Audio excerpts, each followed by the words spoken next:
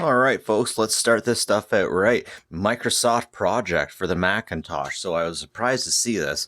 Look, it's 100% still within the wrapper. I'm a little bit blown away by that. The Microsoft project is one of these things like, yeah, you can go out and buy Microsoft project, but even though it is on the Apple, doesn't mean necessarily it's going to be able to be used immediately. Microsoft project's pretty complicated, my guys.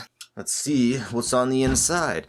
Now, I did take a look to see if this thing was worth anything. Somebody has it listed for $75, but nobody's ever bought it. So I don't think I can make much money off of it. I just want to open it up and see the fun giblets, the fun MacGuffins, fun stuff on the inside.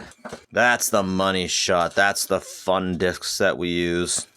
And all the swag. Yeah. You should give these numbers a call and see if any of them still work. Users, reference. This is definitely the kind of thing you need a reference guide to. And these days we don't get reference guides. We don't get this cool swag, this cool MacGuffins and all of our stuff because you're just supposed to go on the interwebs and use all the things there. But there's a lot to be said about having a physical book to flip through while you're cursing at your PC. Well, I guess these are Apple books, so you wouldn't really be cursing at your PC if everything was going well. But then again, it was made by Microsoft, so maybe it would be. Now, in the box that this stuff came in, I also found this. Of course, PlayStation 3 remote control, you can never go wrong. We got an ink ribbon here, a dot matrix printer from Apple. I was like, could this be worth something? Bring it home, maybe worth 10 bucks. Not even worth listing to me. But still, a pretty cool old find. The 3-button Labtech mouse. I'm sure we've all come across this one in our travels. Haha, rollerball. Jeez, this thing is old. I've seen all kinds of PS2 to USB, but PS2 to serial? My goodness, I have never seen one of these before. I've never even heard of one of these before. Click, click, click, clickety, click, click, click. These rollerballs used to hurt when you got hit by them. Were you ever in your computer lab and someone just whips one at you from the other side of the room? Frickin' things hurt like hell. I also found some phones, my guys. These things are completely analog. If these things got hit by an EMP, they would still work. So I'm pretty sure these are military. That mark means it's from before the 50s, but after the 40s. Operating on, I think those are D cells.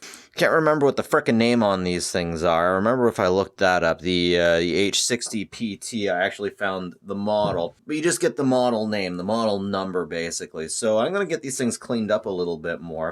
And then I'm going to try some EMPs on them. These things just look so old, so steampunk, so sexy, so rock hard. Ring, ring, ring. Phone call. This is the type of unit only one person could talk at a time, I believe. You had to press that to talk. Your external battery went there, and this is where you hooked in the wire to communicate. The range on these things was apparently over 20 miles. I can't even imagine being able to run a line 20 miles without somebody messing with it. But once again, these things can take explosive blasts and EMPs, which is really sexy. So check out this fine boy. We have a full-size Elmo. This thing's from 2014. And one thing I'm blown away about is how uncanny he is. I mean, he is just like the full unit, just like you would expect.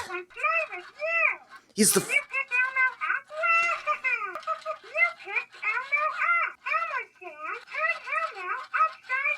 There's just something freaky about this thing because it's the full-size...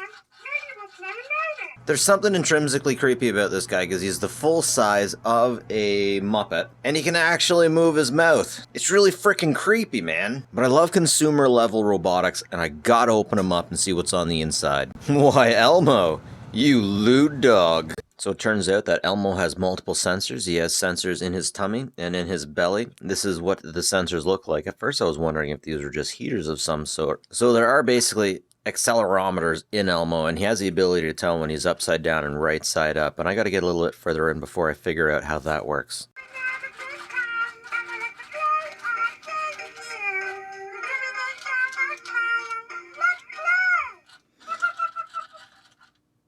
So you get the idea. Now, the second hand that I always visit always has a scrap pile, and this is what I found on the scrap pile, a line mixer. It's totally cool looking. This is the kind of thing that you could just have on your desk, and when people came in and asked them technical questions, you know, they didn't know anything, you'd be like, yes, I'm solving your problem with my space mind, and this, ooh, look at all the knobs, I'm super intelligent for having one of these. Pretty cool, my guys. Be nice if I had the bloody power for it, though. Anyways, ladies and gentlemen, that's it for me, Nev from Nev's Tech, but that's the thrift haul for today. If you like this stuff, as always, like and subscribe. More importantly, have a good one and take care of each other, folks.